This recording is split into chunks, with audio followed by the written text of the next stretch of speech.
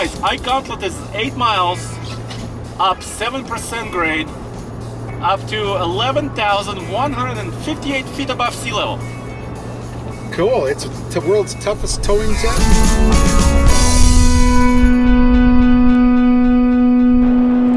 I've been waiting for this moment for a very long time. Is it because we have the brand spanking new from the ground up Ford Expedition? That's correct. Well, cool. Let's take up that gauntlet for the Gold Hitch Award. Let's do it, 2018.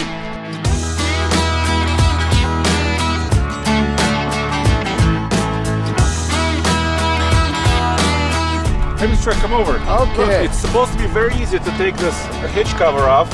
Okay. So I'm supposed to do this, lift it up a little bit, and then no tabs. Wow. Boom! Wow, well, you know, on this truck, you can't use magnets to hold stuff on. Boom, and 7-pin connector and hitches. Chain hooks are way under there. I bet they're tucked in. But they're okay. It seems okay. Oh, good, good, good. Okay, Mr. Truck, winter is here. It means towing time. You know, it's February. It's the last month, really, of winter. And it's the coldest month this year. Hey, Mr. Truck, let's check the lights.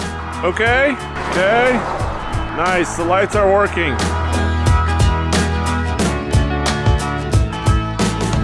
All right, this is an EcoBoost engine. What is this engine?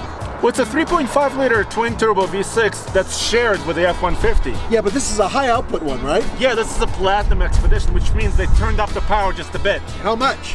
400 horsepower and 480 pound-feet of torque.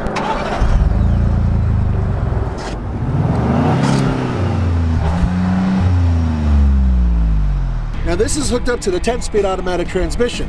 It's a similar transmission that was co-developed with General Motors, right? Yep. Okay, but this has four-wheel drive. Yep. And this has an independent rear suspension. Yep. What type of rear end does it have? Well, it's a 373, and government rates it at 19 mpg combined, which is not too shabby, but could be better. Actually, for a truck this big, I think that's damn good. You think? Our towing lesson for today, with this new Expedition, we've got weight distributing on the trailer. This is a Gen Y hitch system. This is an Elvis pelvis rear end, you know, where the back end's independent suspension, so it wants to move.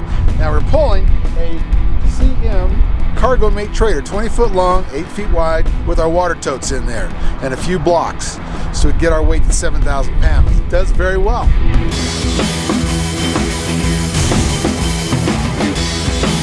All right, guys, so the biggest question on the downhill is, will this 10-speed actually grade shift enough for us? Because in previous trucks, 10 speeds didn't do so well. That's true. That's true. There's not enough RPM between gears, so we'll see if they've made any changes for this 18 puppy. Oh, look at that. Grade shifted on its own. Whoa, I didn't really? touch the brakes. Sweet. I'm so Holy, happy. whoa. Oh, another one. 2 grade shifts. We're not even to 60 yet. Hey, maybe they did listen. Mr. Truck, didn't you talk to the engineers? I did. I had a long talk with about 4 of them, so maybe they actually listened. They reprogrammed the truck just for you? Well, why not?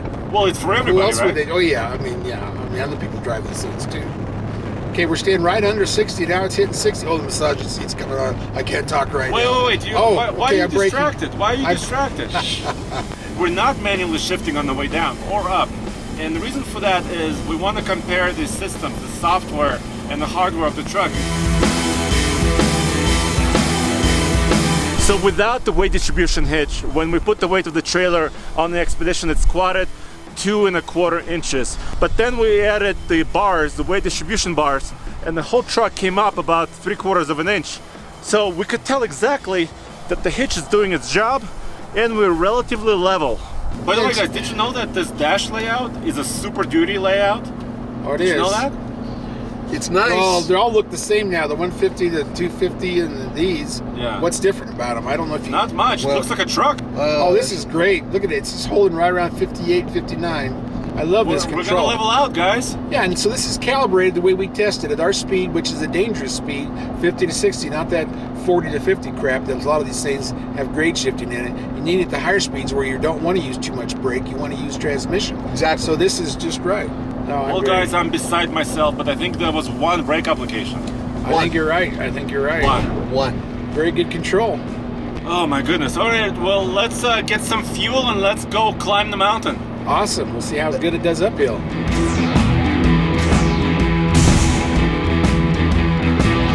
still needs Holy it. cow, you're already at 35? What are you doing? I'm trying to slow What down. are you It's just a doing? beast. It's a beast. It took over control of my foot. Are we feet. rolling? Yeah, tell me when to start. Okay, and we're crossing the lights, and now! Punch it! What do you think I'm doing? I'm punching it. Wow, the acceleration is actually good. Well, yeah, I don't know. This seemed kind of normal right there, but at other times it really wants to go. Now we're at 60. That's pretty fast to 60. But his 10-speed's performing pretty well. We're pretty happy with this truck so far. You know, it's going to be hard to even find something wrong with this. I mean, the fact that the button on the window is so close to the mirror, sometimes you hit the mirror folding, but that's minor stuff. There's really, I don't know, you'd have to think about it while you can find something to fault this vehicle I for. really like this new interior. It is so much better than the old interior. That was the biggest issue I had actually with the previous generation. I felt that the interior in that vehicle was just no big deal. They didn't care about it that much, and just leave it. Not this time. The leathers are good. The raised stitching looks great. The overall feel is high quality. That's including buttons, dials, and switches. Things that in the past were a little bit cheap are no longer cheap. The wood. I'm pretty sure this is real, and if it's not, it's the best fake wood I've ever seen. The overall design of the interior is comfortable. These have massaging seats. Kent and I enjoyed that very much. Back seats, at least in the middle row, are heated. And even the third row can hold a full-size adult. All in all, in terms of the overall execution, top-notch.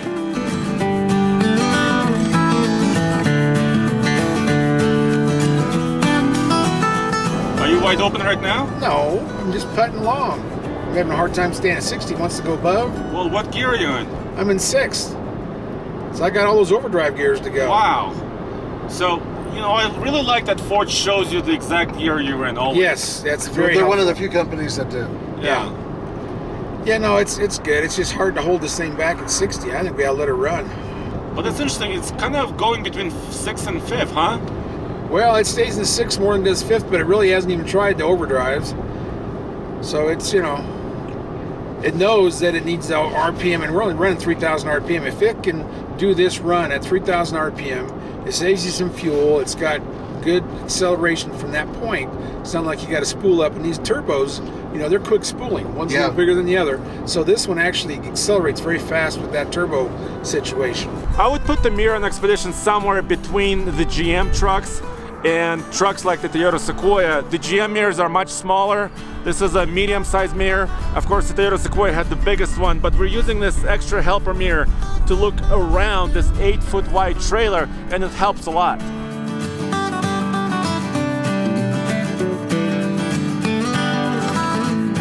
So guys, I have to ask, we talked about the Elvis Pelvis last time with the Toyota. Yeah. This is independent rear suspension. What do you guys feel? It's better than Toyota's. Yeah, but we do have the weight distributing hitch adjusted on this properly. That's right. That was disadvantage to the Toyota because it didn't have a brake controller, so we had to use the IntelliHitch. But yeah, this one, even these high winds we've ran into all the way up here, it hasn't been a problem with control. As you know, the Toyota, I really had to hang on to it, and it did well for the situation it was in. But this one, there's nothing to it. I mean, this is a very relaxed drive. It's not making me oversteer, even with the high winds, and that's impressive. And that's kind of the key right there, because a lot of people who are going to buy a vehicle like this don't necessarily tow on a regular basis, so they need as much help as they can get. That's true, and they want to feel safe with the whole family in here. 'Cause what does this have, seatbelts for? Is it 8 or 7? Well, this is 7 because I got captain chairs in the back Yeah, I here, love those but captain you could- chairs. We're using the same iGauntlet scoring system as we did in previous years. 100-point maximum for each truck. For the way down, maximum points a truck can get is 25. For the way up the mountain, maximum points is 50. And the leftover 25 points are subjective score. And we're gonna rate each truck and see how they compare. All right, Andre, I'm going to use your eyes. You tell me when to stop. Okay. And Mr. Truck, tell us what the fuel economy is, okay? Okay. So we're coming up to the end of the Ike. There's the tunnel right there. I can see it.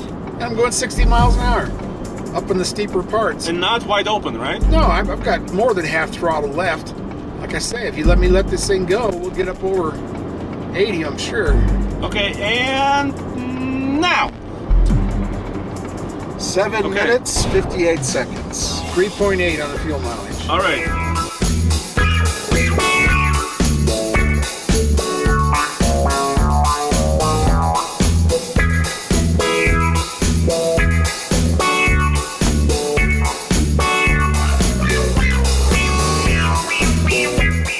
subjective score, 25-point maximum for each one of us. It's broken into 5 categories: cabin comfort, Yep. handling and squat, sway, mirrors for towing, and finally high-tech features. So Nathan, why don't you start? What's your subjective score? Every single thing got top score, with one exception. I thought the mirrors were a little too small, Okay, so I'm knocking off 2 points for the mirrors. okay. 23 combined. And Mr. Truck? Well, I was very excited about it. I think that's a great shifting thing out there right now. I love it. Only one time did I have to hit the brakes. And I love the way it looks. I love the inserts inside, the doors. I love the roof rack. They've got a space in there. So you can actually put bungee cords on it. There's so many things that well thought out on it. Some of the controls are a little different. But so I gave it a 23. I wish I could have gave it a 25 because I really love this truck. 23? 23. Guys, I also gave it a 23. I took out 1 point for the mirrors and 1 point for the squat. I felt like, independent rear suspension squatted a little bit too much, but then we raised it up, with the hitch. Yeah. So I'm also at 23, so 23 across the board. Yeah. Final score for the expedition, 86. 86. That is 86. That is a high score. That is Yeah, currently yeah. the best score for the SUV. Well Yeah. done, Ford. Yeah, that 22-inch wheels really fit those fender wheels. Good looking truck.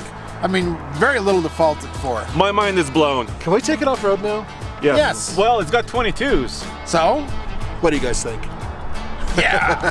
Go back to tfltruck.com and where? With the trailer. Oh, MrTruck.com. We're going to take it off road with the trailer. No. That's all right. Thanks, guys, for joining us for the Fast Lane Truck.